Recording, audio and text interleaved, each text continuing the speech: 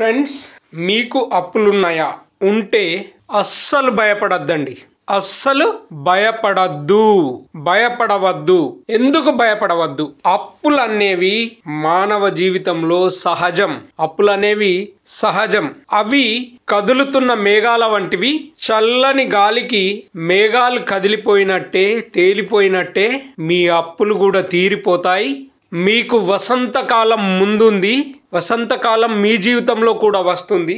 These debts are just passing clouds. ఈ కష్టాలన్నవి ఎప్పటిదాకా ఉండవు, ఎప్పటికి మీతోటే ఉండవు. అండ్ దిస్ టూ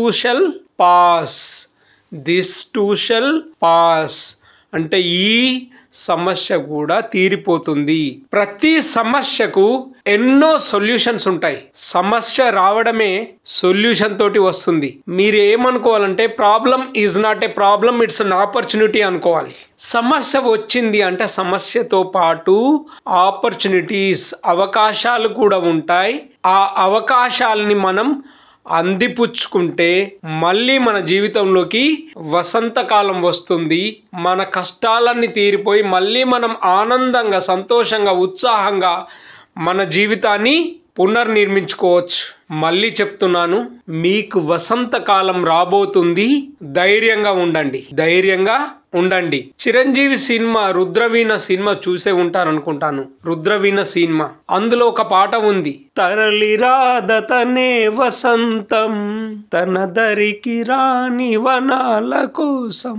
తరలి రాదతనే వసంతం, తన దరికి రాని వనాల కోసం. ఎండాకాలంలో చెట్లన్నీ ఎండకు ఎండిపోతాయి.